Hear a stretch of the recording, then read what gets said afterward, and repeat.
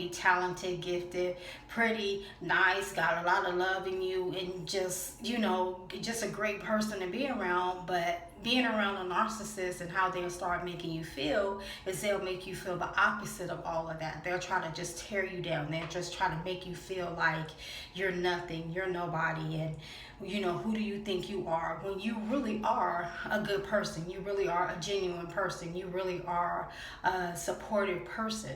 But so they're tearing you down because they want you to feel like how they are feeling. They may be feeling low, they may feel not good. These are empty human beings. They don't have a soul, they don't have emotions. They're really like equivalent to, like, they're demons.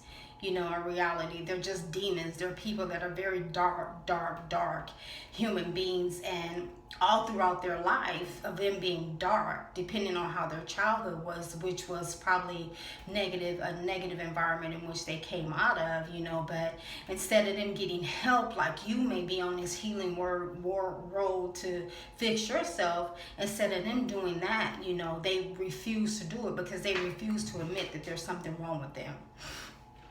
And anyone knows that when you're trying to heal, the first thing you must do is to admit that you have a problem. You must admit that there's something wrong. Well, narcissists don't know how to do that. They don't know how to admit that there's something wrong. They don't know how to say, you know what, I got a problem, and I got to start fixing this problem before I just keep going around ruining people's life.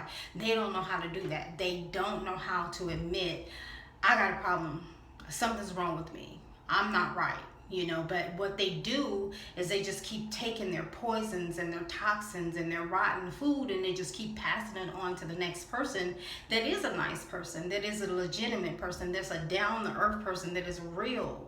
They just keep passing this bad behavior on to the next person. And so what they're doing is stripping you away of who you are, and they're putting their poison and their toxins off onto you. And so now, once they feel they have successfully done that by controlling you and putting you in a box and stripping all your friends away from you, stripping your family away from you, stripping everything away from you that gives you life, your talents, your gifts, and all the good qualities that you have, now they project onto you how they are. And now it's like, oh, you're lazy, you're this, you're that, you're nobody, you're this, you wish you were like me. Now they're trying to make you look at them like they're somebody, or like they are like you, when in reality, they just stole your identity. Just think about that for a moment. They have stolen who you are. And now they're trying to make it like you are like them. Just think about that. If you ever felt like that from being around a person where they were making you feel like, oh, you're less than, when you've been nothing but nice and kind and sweet and there for them, but they're in turn trying to tell you you're a liar, you're selfish, you're this, you're that. If you have experienced anything like that, or you are now experiencing something like that, you are around a narcissist. A narcissist is somebody that is very dark, and they are very jealous people. They're very envious people. They're very hateful people. So after meeting my ex-husband, he was like that, very, dark, and he never liked anyone complimenting me or giving me a compliment. He would hurry up and quickly take the light off of me and put it back onto himself. I can remember early in my marriage to him, I decorated our apartment, and I don't know the gift of decorating. I had no idea that he was even in me.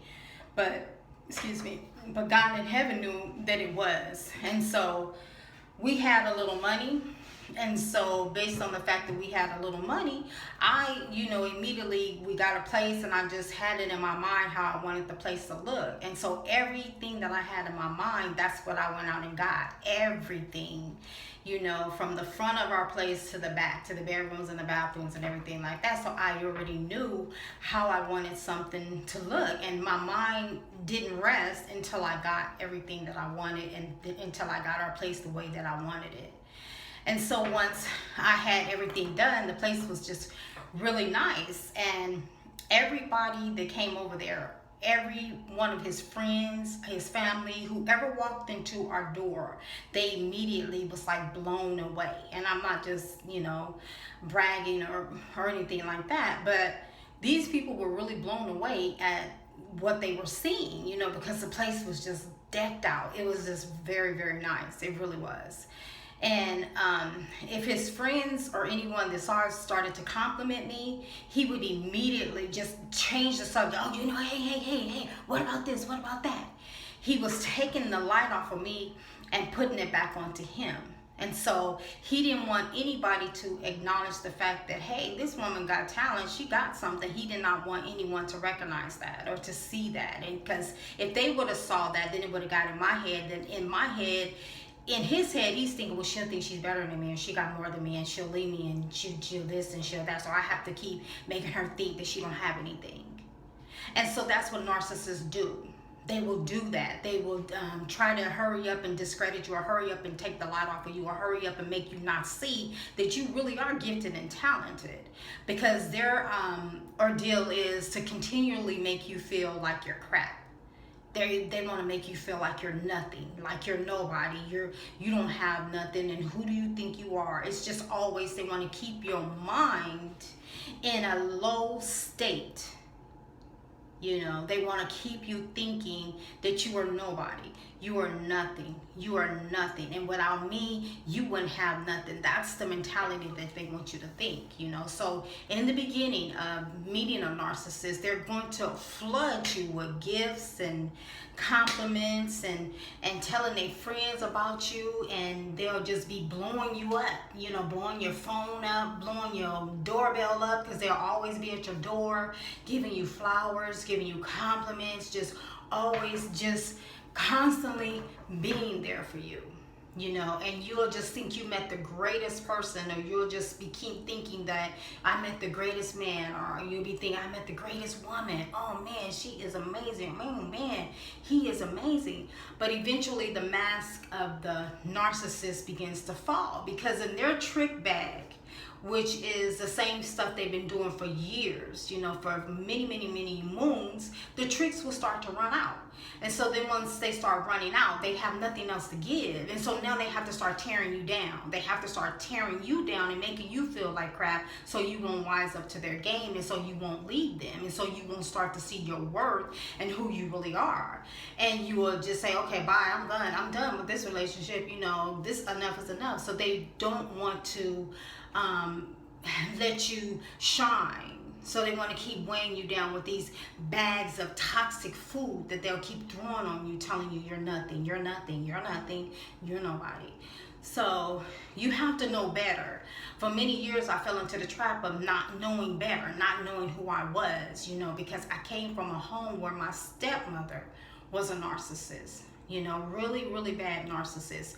And they do the same stuff over and over and over and over again. They build you up. They put you way up on this pedestal. They make you think you are the greatest person ever, and you just got all this going on, and you just everything. And then when you walk away from them, with my stepmother, I just walked away, wanting to live my life as a young woman. Here I am, graduated out of high school. I'm ready to go and live my life. And when I left, it was like everything kind of like hit the fan with me and her. It was like she raised me up to like tear me down, to just kick the pedestal that she put me on, just to kick it off from under me so I could just come falling down. And that's what she did. I moved out as a young woman. She gave my clothes away. She told me I had a time limit as to when I had to come and get my clothes. I didn't come within her time frame, so she gave my clothes away to Goodwill. It was just so many things that she just was doing to me, talking about me really badly behind my back for many years. And I had slipped into having some problems. She made sure she spread that all throughout the town that I was living in. She was just, doing so much to me. I mean, so much to me, but still, there I was hanging around, keeping this lady in my life, and because thinking that she was my friend, when she really wasn't my friend. I used to joke and play around with my dad. She would come by and just give me the ugliest look and roll her eyes at me and my dad. She would be rolling her eyes, like the nerve of you to be playing with something that's mine. Here, this is my biological dad, and she was just, hating our relationship. I can remember one time her and my dad and I were watching TV, and me being a kid, I was very inquisitive. I asked a lot of questions and stuff, and so I asked a lot of questions because PBS was on, and I really enjoyed PBS when I was a child, and as an adult, I enjoy PBS till today. I just love it. It's a great station, and so I was asking all kind of questions, in regards to what we were watching, and I was asking my dad was answering the questions and stuff for me. The moment I went to bed, I wasn't even in the bed for like 30 minutes, and here I can hear her in there talking about me, telling my dad, here she is asking all those stupid questions. And so I immediately just felt, my heart sank inside, and I was like, man, did this woman just say this about me? Here she had me thinking that her and I were just like best friends. We were just like the best. Nobody could come between her and I. And so when she had did that, it was like, whoa, I was so hurt. I was hurt. I was so hurt. And so that's the kind of stuff that narcissists do. They'll make you think that you are their best friend, and they'll make you think that they just love you so much, but in reality they don't. In reality, they are jealous of you. In reality, they hate you. They hate everything about you. There's nothing about you that they like, but they'll keep making you think, oh, you're the greatest, you're this, you're that. Because one thing in your face, they're saying one thing, but behind your back, they're stabbing you in it. They're talking about you. So they're very two-faced people. They have two faces. You will never get the same face in the front of them or in the back, because there'll be one way in front of you, and then behind your back, there'll be one way. And so you never get the same person. But their whole mission is to tear you down. That's their whole mission.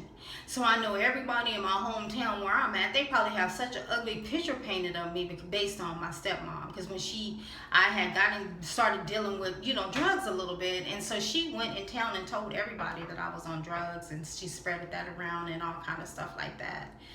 And when I heard that, I was devastated. My friend had told me, she said, this person had told my mom that you're on drugs. And so she was just stabbing me in my back,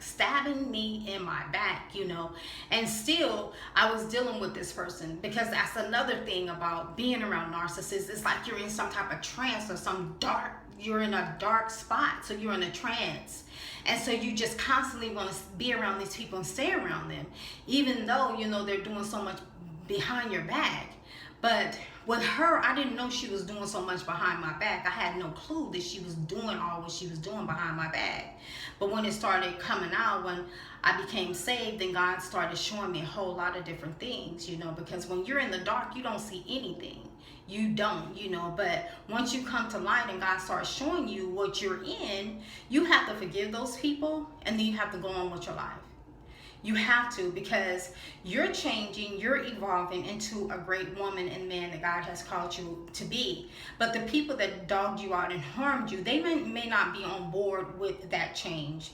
And so therefore, in order to effectively change for your health and for your benefit, you have to leave those people and you have to go on about your life, and there's nothing wrong with it.